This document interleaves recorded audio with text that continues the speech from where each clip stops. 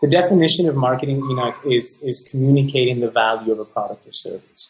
So it's not about making up things or lying or soliciting. It's not about that. It's about communicating the existing value you already have. So if you align your marketing, if you understand that it's just communicating, telling the story of your firm and communicating the value of your firm, then there's tons of ways you can do it, which actually complement your day-to-day work and actually help you grow as an architect. Episode 171. This is The Business of Architecture. Hello, I'm Enoch Sears, and this is the podcast for architects, where you'll discover tips, strategies, and secrets for running a profitable and impactful architecture practice. Now, let's get down to business. Today is the second part of my conversation with Ivan Lares of C-Level Media. We're going to be talking about content marketing, inbound marketing strategies for architecture firms. So without further ado, here's our show. Ivan, welcome back to the Business of Architecture. Hey, Enoch, thank you for having us back. Ivan, so last week we had the awesome opportunity to discuss, and for you and I, it's been a couple minutes because I break up these episodes, but for our listeners, it was last week, or perhaps they just listened to the most recent episode on their mobile device. But the question that we addressed last week, we talked about content marketing. We talked about websites for architects, and we talked about a huge shift in demographics that's happening at the top of the firms, clients that our firms are working for, that these architecture firms are working for. And it was interesting when you started mentioning that, because I have heard that from architects more and more saying, I've been doing this for a long time. I've had a lot of success. I have a great portfolio. But what I'm finding is that my contacts at these companies are retiring and I'm having to start over. So the question is, and you said we're going to talk a little about inbound marketing. Please define for my audience, what is inbound marketing? Sure, I'd love to. Inbound marketing is a comprehensive marketing approach. It integrates the best performing marketing practices like digital marketing, content marketing, search engine optimization, social media marketing, lead nurturing, and web development. It integrates them into one cohesive strategy, essentially to attract new visitors and convert them to project opportunities, then to nurture those project opportunities and RFPs to convert them into contracts. It is a long-term sustainable marketing strategy. It will drive return on investment well into the future. Another characteristic of inbound marketing here is that it focuses on earning the interest of people as opposed to going out and buying it. And that's the difference. That is a big difference. In contrast, you would have inbound, which aims to attract. And in contrast, you would have outbound, which is buying, it's kind of, let's say, intrusive a little bit. You pay for an ad that's the difference between traditional marketing, TV ads, radio spots, PR, paying advertising, where you kind of push services on people. I'm not going to say the word soliciting, but it definitely, outbound marketing does push services on people. And inbound marketing, in contrast, serves to earn the interest of the people. So that's a huge difference right there. Inbound marketing is relatively new. It is definitely new for architecture firms. And I will say this, leadership at architecture firms, they look to marketing for essentially two things. And one of them is growth. So they expect us to bring in more and better project opportunities. And the second one is for sustainable strategies, for long-term sustainable strategies. And inbound marketing attains both of those things. This is where I think architecture firms could really benefit from it, because it truly is a business development strategy through a perspective of marketing. Sometimes we'll talk to marketing teams or like I said, leadership at firms, and they'll stop me and they say, "Wow, Ivan, sounds like we're talking about business development here." And in a sense, essentially we are. When marketing for architecture is viewed through a certain level of expertise, it's right aligned with business development objectives. And that comes to something else here. Inbound marketing specialized for architecture firms, and I need to emphasize the word specialize. It really is about positioning the firm as a thought leader to attract more project opportunities. It really is about nurturing those project opportunities in RFPs so they can become contracts. And once you have a new client, it really is about satisfying that client, not only through your work, which is definitely the primary source of where satisfaction comes in, but also through knowledge. It really is delighting that client. So one, they will bring in repeat business and they'll become a loyal client, and two, that they will bring in referrals. So that's what inbound marketing is really about for architecture firms. Have you seen firms that are really using inbound marketing strategies right now? Yeah, sure. That's a great point, because that gives your audience a reference to go out there and find. So this is the wonderful thing about inbound, is that it works for small firms, it works for mid-sized firms, and it works for really big firms. So, for example, you have Hawk. A lot of people know Hawk is quite an established firm. They're doing inbound marketing, and wow, they're doing it really good, and they're seeing amazing results. I'm going to talk about some differences here and how to leverage that. You'd have also a mid-sized firm that's using inbound marketing, which I think is doing really good. I want to pause you right there. When you said Hawk, do you mean HOK, the firm HOK? Yeah. Okay, sorry, HOK. I just never heard it called that before. Go on. Yeah, you're right. So HOK, we have in the mid-size, we have Array Architects. They're using inbound marketing, and they're really innovative about it. They actually, they're using podcasts as well. They're using webinars, which is an interesting approach. I mean, you don't really see that too much in the industry, and I think it's refreshing. So there is, you have Perkins and Wills, you have tons of firms, and I think the key here is to differentiate for your audience. The difference between, I have a website and I'm writing a blog as I'm really diving into inbound marketing. So what the difference is that when you're into inbound marketing is when you're really integrating all these practices into one cohesive strategy. So you would have your digital marketing, you would have your content marketing. So your content marketing serves to attract. And we're going to talk about some problems here, some common problems and mistakes, I would say, with inbound and with content. And it comes to me because of blogging, So a lot of firms, when we analyze, and we analyze a lot of firms, they're blogging about news. So we have to remember that content without context is just information. So if you're saying something like, let's say Great Land, I just made that up, Great Land Architecture has just promoted, 3 principals to vice presidents and so on. That is some information. And then a lot of firms will blog about that, or they'll blog about they just completed a project. So what is the purpose of that? Why are you writing about your project completion? So the purpose usually is to establish more credibility. Hey, this is our project. So we have a portfolio, but we're also blogging about it. So we're getting it out there. That's great.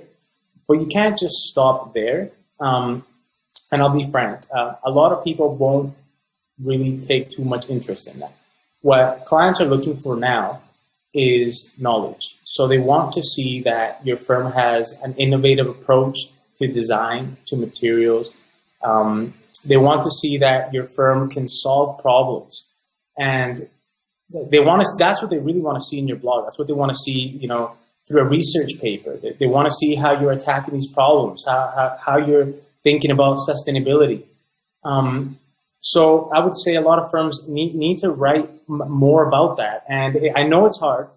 One of the things we get is, oh my God, how do I get principals to write? Because when you're talking about thought leadership in inbound marketing or in content marketing, thought leadership, content marketing is a subset of content marketing. And content marketing is within inbound marketing, okay? So when we're talking about thought leadership, content marketing, marketing is not the one that's going to do the writing.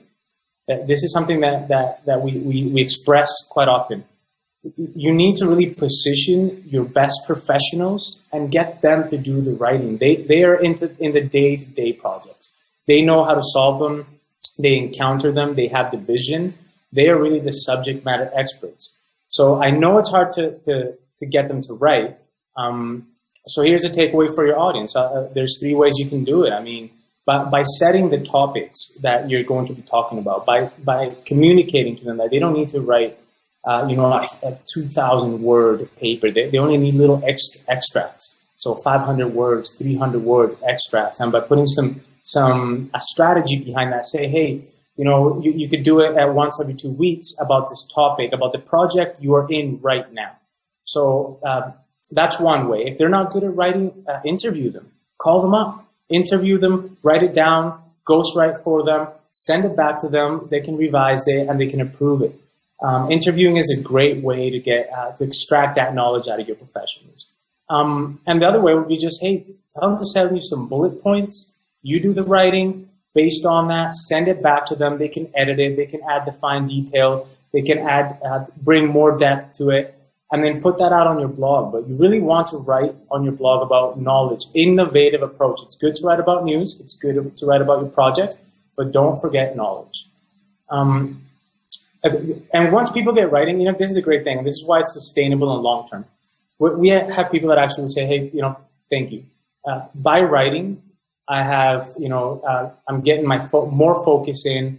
I'm getting enlightened by my own work. I'm putting this stuff down on paper. I'm feeling good. I feel like I'm growing. And this is a great thing. So that would be a couple of takes away there for your audience about how to get the ball rolling with thought leadership, content marketing. That's a good way to do it. What else do you think we should talk about here with inbound marketing? I got a couple of things. I just feel like I'm rambling a bit. Well, let's discuss the thing that's probably on the mind of a lot of people who are listening to this. They're probably thinking, because the thought has come to my mind too, okay, this sounds great. I can see the benefit of doing things like inbound marketing, investing in an SEO strategy, investing in social media management, investing in content production, and then investing in different marketing channels to get that out there. The question is this within the budget of a small firm? That's a great question. That's a great question. I like that. And okay, so I'm going to emphasize a couple of minutes back. I said specialized inbound marketing for architecture firms, and I said I'm going to emphasize on the word specialized, and this is why. There's thousands of firms that are there's thousands of agencies that offer services like content marketing and inbound marketing. There's an explosion. Even PR firms are now noticing that there's a new way to do things. And when you go to their websites now, PR, they'll say, okay, well, now we're also doing content marketing. And now we're also doing inbound marketing. So happens with the saturation in the market. You have these agencies that operate under leave that they can kind of market hundreds of businesses in many different industries without sacrificing depth of expertise. And let me tell you, they just can't. I mean, that's impossible. You can't it's just impossible, right? So what they do is, you're probably familiar with this. You get to their website and you'll see a clunky pricing table that will say something like landing pages and blog posting, blogging, and social media publishing, and all these services that, really when it comes down to it, that those are just tactics. I mean, they're not really what brings in. They're not really the metrics you should be focusing on. Those agencies are expensive, and their pricing model is based on hourly rates. So they're giving you, quite a bit, no matter if you're small or if you're big or if you're mid-sized. What you should be looking for is specialized marketing agencies, or agencies that specialize in marketing for architecture firms. They understand the industry more. And the difference is that typically you will find that their pricing model is based on value. So what are your goals? What are you trying to reach? What is your annual revenue? So let me break this down. Let's say it has an annual revenue of $1 million. And they say, okay, marketing usually is 5% of that. Okay. How many project opportunities did you get last year? They say, well, hey, we got 10. How many passed the go, no-go process? They'll say 5. Okay, so you went for 5 RFPs. How many of those RFPs did you win? Say 2. Okay, so you have your average price or your average fees for that project would be $500,000 in that scenario I just gave. And then we would say to them, one, how much do you want to grow in percentage? How much do you want to grow? They might say, okay, well, we want to grow 50%. Wow, that's aggressive. So if you want to grow 50%, that would implement, or that would mean you want to grow $500,000. That would mean basically you would need to close one more contract or one new client based on the scenario I just gave. So we would say, based on that amount of growth, based on that objective, this is what needs to be done. And because we're sitting down 3 key metrics, which I'm going to talk about these 3 key metrics in a second, and we have an attainable goal. So an attainable goal that's in line with business development. It's a revenue goal. It's not visitors, it's not likes, it's a real revenue goal. Then we say, okay, well, to get that 50% growth, we need to do that, and this is how we're going to do it. This is how much it's going to cost. So when that firm sees that it might cost $100,000, let's say, I'm just throwing some numbers, okay? But they're understanding that they're going to get, $400,000 in profits, then that makes sense to them. When you have an agency that says, it's going to be $12,000 a month, and then you're going to get an increase in likes and shares and visitors, and that's kind of crazy. So if a smaller firm, even where starting comes in and says, hey, well, this is our goal, we analyze that, and according to the growth goal they have is where the pricing comes in. We often deal with firms that are $50 million in annual revenue, and they want to grow 20%. I mean, that's big growth through inbound marketing. I mean, it's attainable, but tons of resources are going to be put into place. If you say to me, we want to grow 50%, well, clearly we're going to have to invest more. Clearly it's going to be more time, more professionals, and the budget's going to go up. But this is the type of pricing model that smaller firms should be looking for, mid-sized firms should be looking for, one that can really respond to their goals, to their revenue goals, to their business development goals. What would a typical budget be for? How much would this cost, say, for a small firm? If you have a small firm, maybe a sole practitioner or maybe a firm of less than 10 people, how much would they expect to invest in an inbound marketing program that really works? Sure. So let's see, top of mind here, usually you're, looking at $10,000 a month, which I think that's quite high for a smaller firm. For mid-sized firms, they're paying that, in 5 marketing directors, they're paying that to PR quite often. So for smaller sized firms, I think that would be a bit high. So I think that the way to go about it is progressively. This is the other thing, I'm emphasizing again on a specialized inbound marketing agency, is that they must consider the phases. Where is your firm at today? For example, the first thing we do, the onboarding process we have, is a deep dive into the current situation of the firm. So if I was to dive into a firm and see that, hey, they're just starting out, and wow, maybe they don't even have one client, we would definitely have to break that down into phases. So maybe the first phase would be, hey, let's work on a real differentiation strategy. Let's communicate the unique value of your firm. Let's sit down and figure out how you're going to differentiate yourself in a saturated global market. Because that's a big one. And that phase, it's going to be 3 to 4 months, and hey, it's going to be this much. So I wouldn't present it in a way that it's, hey, this is going to be $15,000 a month, as it might be more attainable to a mid-sized firm because of their revenue goals. If it is smaller, we'd have to break it down into phases. So I would suggest that for smaller firms. I would say, hey, really maybe get a marketing assessment and really understand where your firm is at right now. And then break it down into phases. Start small. Start small. So maybe you go for a differentiation strategy. Assuming you would have a website, and if not, we'd have to build a website. I would then go for a little bit of content marketing. So get your people writing. I mean, that's a huge one. I mean, don't outsource the writing. Usually you outsource somebody that will communicate, that would translate the writing into more consumable types of content that will kind of guide the process, right? But smaller firms should definitely break it down into small phases, by kind of baby steps. And start small, differentiate your firm, start blogging, get in the practice of writing.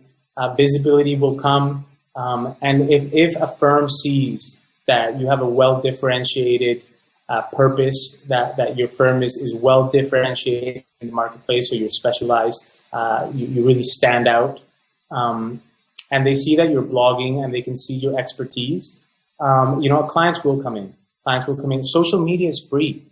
This is another big takeaway. Social media is free. Take the time to invest in really putting out your thought leadership material, your knowledge, leverage it on social media. These are great practices for small firms.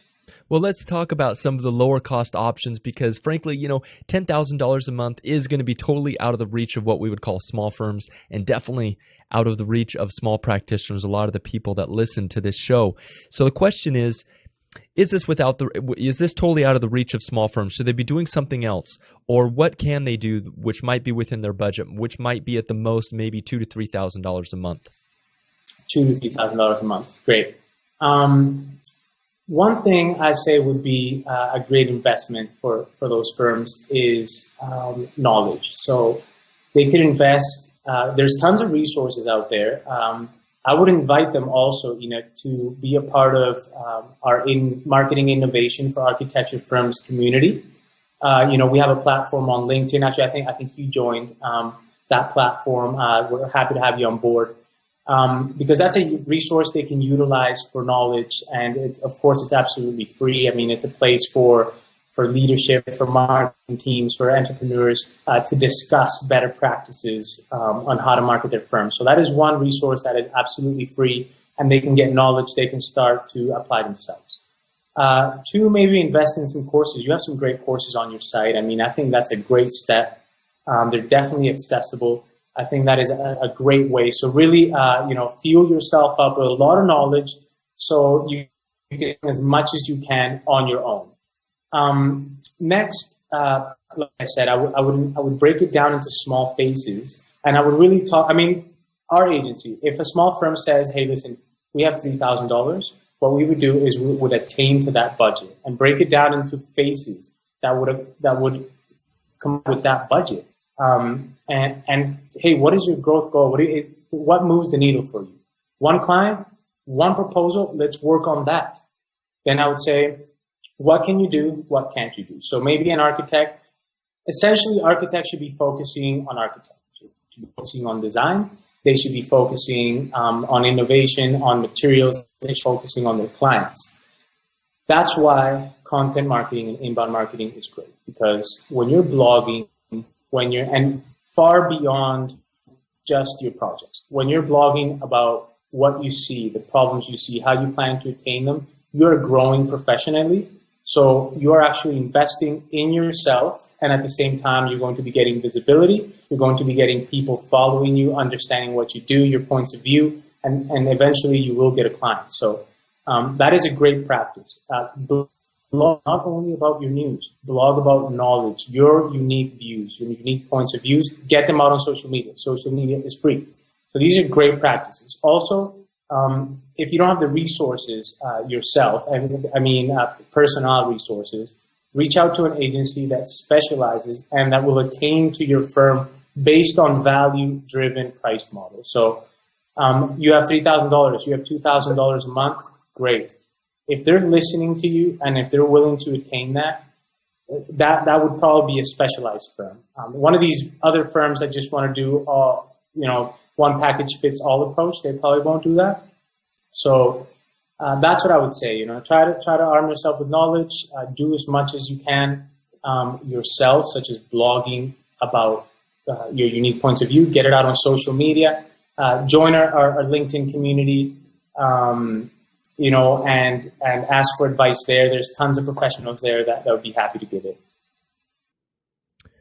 Great. Thanks for addressing that, Ivan. So it sounds like your answer is for the smaller firms, it's really a do-it-yourself model and strategic investment with agencies that can help them. Yeah, I think it's about a partnership. So if they don't have the budget to get an agency, then they shouldn't stop. They shouldn't just kind of give up. They should definitely do it themselves as much as they can. And blogging is one of them. Blogging is tough thing. What if they don't have the budget to build a blog? I mean, it's tough, right? It's tough to kind of get it going, but then you have Pulse, and you can blog on LinkedIn for free. So those are great things to kind of get the needle moving.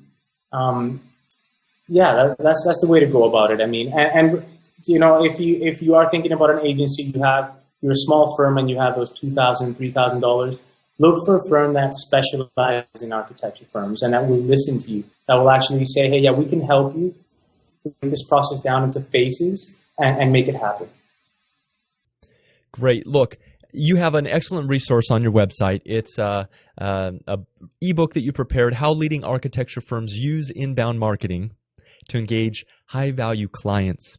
And that's one of the talking points we said we would discuss is what exactly is a high-value client? How do you define that? What does that mean for your team? Great. Thank you for that question, Enoch. I think more of what is a high-value client is who is a value client. So a high-value client is essentially those clients that throughout the years have brought in the most profitable and enjoyable work. They're also the people or the clients who a firm's profitability and survival depends on. Without them, a firm will lose market share and competitive advantage. A failure to earn or to retain high-value clients could lead in the collapse of a firm. So using that definition and that scope on it, what you want to do is you want to identify them. And this is a great takeaway for your firm. There's three types of high-value clients that are the most valuable. So you have your loyal high-value clients, which are people that have forged a strong business relationship with the firm, and they meet this condition also by bringing in the most profitable and enjoyable work for the firm, the projects that really align with the firm's business development strategy. Then you have your new high-value clients. So these are clients that have a young business relationship with the firm, maybe one or two projects. They're not considered yet loyal because they don't have the time or they don't have the relationship is not as strong as it could be. But leadership identifies them because of the characteristics of their loyal high-value clients. They identify these clients as potential loyal high-value clients. So that would be your new high-value clients. Then you have your potential high-value clients. Your potential high-value clients are those that do not have a business relationship with the firm yet, but leadership identifies them as ultimately becoming high-value clients because of the similar characteristics. So these are basically, sales or something would say like these are target accounts. Where an architecture firm benefits from high-value clients and from this ebook essentially and from this strategy is that, let's go right into context again. Traditionally, successful firms have paved their way to success by forging strong business relationships. Those business relationships that are strengthening, they keep coming back. They bring in more repeat work, repeat business, and ultimately they bring in referrals. So why not have a strategy to attain that? Why not have marketing really focused on making those loyal high-value clients drive referrals? The new clients, converting them to loyal high-value clients so they keep coming back in the future.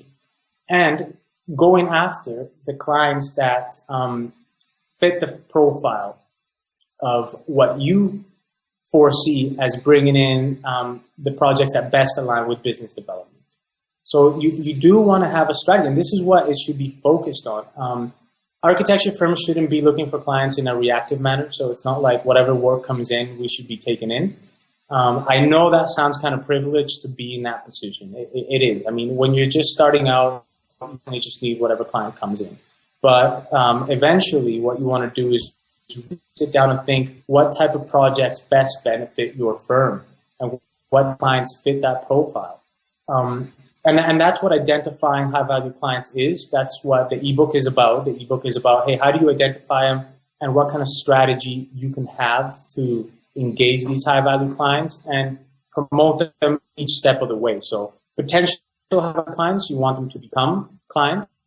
New high-value clients, you want them to become loyal high-value clients. And loyal high-value clients, you want them to drive referrals. So that's what ebook is about. I'll tell you a story here. Again, and I think it's a great example of this. There's so much knowledge out there today that you could be doing a project with a client, and you can be well into the project, and guess what? That client is online and he's researching, and he will find a firm that's writing about that project, and that firm will have its own unique points of view. So they might come back to the site, or they might come back to the design, and they said, hey, but we want to do this differently now, or we want to do this way. And your firm says, well, okay, why? We think it's best to do it this way. And then they might start to go back and forth. And then it turns out that this person's actually getting a bunch of knowledge from another firm. And it's valid knowledge. It's a different point of view. And now they're seeing, eye to eye with you. And what could essentially happen in the future is that you could lose that client. And that client has been lost because of thought leadership material. So referrals is driving the decision-making process, yes. But also thought leadership is. So if your firm gets a referral, it's also good you have some thought leadership material to attain that client on your website. And this is where, really engaging those high-value clients properly comes into place. We have a strategy. We talk about it in the ebook, a strategy for each segment. So for high-value clients, for loyal high-value clients, the one that's been around for a long time, you really want to have content that speaks directly to their interest.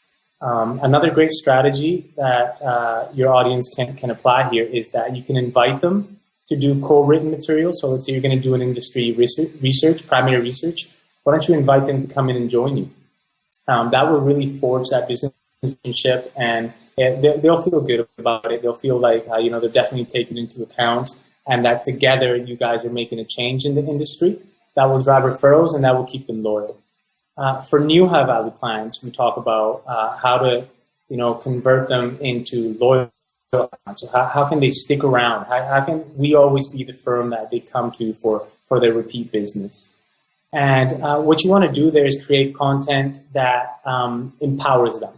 So you want to have research papers, blog posts that speaks directly to the projects that they are working on. That will empower them with knowledge, and when they're out on the field, they will talk about your opinions, your knowledge, and they will say, hey, you know what my source is these guys, and these guys really know this stuff, and I'm really with them. And that keeps your firm top of mind, and when a new project comes in, they will come to you. For potential high-value clients, which do not have a business relationship with the firm yet, the first thing you want to do is profile them. You really want to understand that profile of the type of clients that bring in the best work to your firm, the one that you enjoy the most, that brings the most profit. Have that profile ready. Go out and research companies that fit that profile. And while you're doing that research, understand what they're about, what they're interested in, what their upcoming projects are, and start writing content about that. Start engaging with them online. LinkedIn is a great place to kind of reach out. It's friendly. It's not pushy. You don't have to get people calling them. I actually read an article on LinkedIn yesterday written by a principal, and he says why we need to shift from becoming ruthless salesmen. I said, wow, where is he working? And it seems that he had this perspective where in architecture firms, really the way they're getting new clients is just by tactics. So they're saying identify and then call them and then try to meet with them, and it's just a tactics approach, and it's not really about aligning our services with their interests. And that's what you want to do. You want to align as best as possible your services to their interests. And you're only going to do that by research them and truly understanding what those potential high-value clients are looking for. So definitely marketing at architecture firms should be focusing on high-value clients, on attaining their goals in all aspects of it. How much time would you say that small firms, maybe a principal who is working for him or herself right now, or maybe has a couple of employees, how much time should they devote is reasonable per week on marketing efforts to get results, Ivan? I'm talking about to get results. To get results. That's great. That's great. Okay, so I mean, the first thing you want to do is make it so your marketing efforts are as much aligned as possible with your day-to-day work. Not to see it as something different. Not to see it as something that, I'm going to go in and mechanical. I'm going to go in and tweet 4 times a day because that's what, this blog post said over there. Or so not to make it mechanical and not to separate it from your day-to-day work. That's one thing. If a small firm that can't devote resources just to marketing, so people that would just be marketing all day for them, what they should do, it's definitely a fine balance. You can't sacrifice your work. You don't want to, sacrifice quality, depth of expertise. And again, that's where really blogging about your experiences and your knowledge comes into play, because that's right aligned with your day-to-day work. So I would say typically you'd want to say something like 20%, but that seems high for somebody that's running a small business and really has to attain to clients, right? It's a bit high, but yeah, definitely find that balance. I don't want to commit anybody to a number. It depends on everybody's discipline and on everybody's knowledge and strategy. What I will say, and my take on it is, try to align your marketing as much as possible to your day-to-day, because that's what it is. The definition of marketing, is communicating the value of a product or service. So it's not about making up things or lying or soliciting. It's not about that. It's about communicating the existing value you already have. So if you align your marketing, if you understand that it's just communicating, telling the story of your firm and communicating the value of your firm, then there's tons of ways you can do it, which actually complement your day-to-day work and actually help you grow as an architect. I'm going to finish up with one question here, Ivan, and this is a little bit more personal, but it's going to be a great conversation here. One of the questions that I get oftentimes from architects is, look, I'm either too young or I'm too old, right? A lot of times they'll say, yeah, all my contacts are retiring. I've been doing this for a long time. It seems like the young guys are coming up and they're taking my lunch. They have lower overhead. They get all the social media and website stuff, which I don't get. They can use these technology tools like Revit, and all that stuff is kind of, I don't really want to get into it at this point in my career. Or the younger guys and ladies are saying, how do I compete with these other architects that have so much experience? When I go meet with clients, they look at me and they say, Ma, you look so young. I can't understand how you would have that experience. So my perception of you is that you look young, Ivan, which is probably a benefit, But I would say, have you experienced this in your life as you're meeting with architecture firms and talking with them? Does age come into play? And if it does, how do you deal with the fact that someone might prejudge you based upon your age? Great. Thank you for the opportunity to talk about that. Age is a big factor. Generations, right? Generations are really marked by the way they, think things through, logic. It's a really strong demographic. So for us, one thing we find often is that we are talking to leadership, which is sometimes even 2 generations up from us, and their perspective is totally different. Sometimes it's a benefit. As you say, they'll look at us and they'll say, "Oh, these guys are probably, innovate. They have another perspective. They're really digging into it." Sometimes they'll say, "Wait a second, but I have a marketing director here that has been, 30 years of experience, and they really know their stuff." And that's true. Right? So, with age, it really comes down to listening. Really comes down to proving. Usually, if there might be some kind of prejudgment, my age, and most of our team is quite young. I'm 30 years young right now, so if there is some kind of prejudgment, I mean, usually it kind of fades away within 5-10 minutes of the conversation, or when they read our material. I mean, we can just really, and that's the thing about thought leadership and knowledge-based material, right? That if you can communicate your value, most people won't judge. And same goes back and forth, right? I mean, it'd be more than rude for us to kind of judge somebody and say something like, you need to innovate because your ways don't work or your ways are wrong. That's not the right approach. I mean, we work so closely with marketing teams at architecture firms and with leadership. Like, it's an integrated, it's a real partnership that the insights we get from experience, I mean, it's amazing. The way they've been doing business for 30 years, the way they can, get things going, they can align a team to get the writing done. The way they go about RFPs, I mean, it's a maturity that it's invaluable.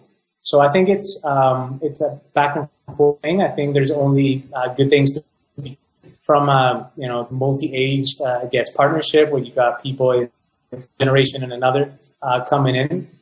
For those that say that they're too old or their clients are retiring, I mean, that doesn't make sense. I mean, if you feel young, man, and you're getting out there and you're still, have that spirit in you to communicate and to bring value, that's what it's about, right? And same with the younger folks. I think it's more, if it's a thing of arrogance or something, and somebody, some younger guys want to go after the older guys and say that they're outdated, or the older guys want to go to the younger guys and say they have experience. I think it's more of a thing of arrogance more than age. So it's not what we really find, and I don't think it should be a problem. I mean, if anybody in the audience here has ever felt like that, I mean, they should just wave it off. I mean, nobody's too young or too old to attain something. So. Great. Well, thanks for addressing that, Ivan. And yeah, absolutely. We all have insecurities at some time. And the message, the reason why I do this show, Ivan, is to let people know, let you know, our listener, let you know that you can succeed no matter your situation, no matter your age, no matter your experience level, that we are all surrounded by opportunities. So thank you, Ivan, for joining us today, helping our listeners understand how they can take advantage of some of these opportunities.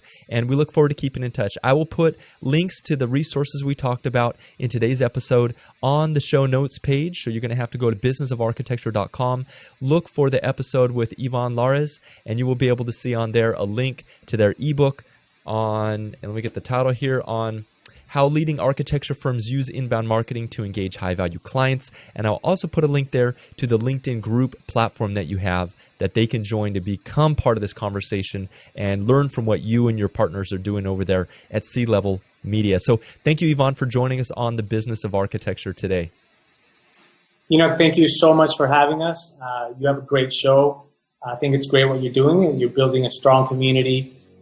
And together, with these type of platforms, we can really advance the practice of marketing for architecture. Thank you for the opportunity, and all the best. And that is a wrap. Thank you for listening today.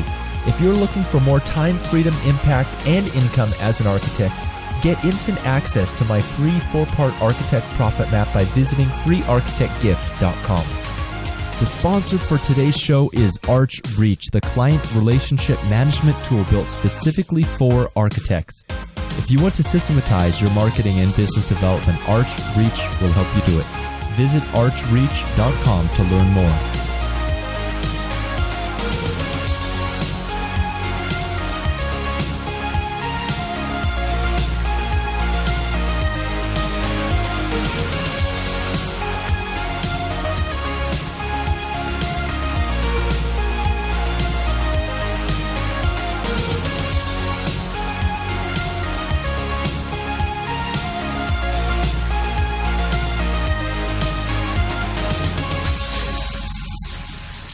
The views expressed on the show by my guests do not represent those of the host, and I make no representation, promise, guarantee, pledge, warranty, contract, bond, or commitment except to help you conquer the world.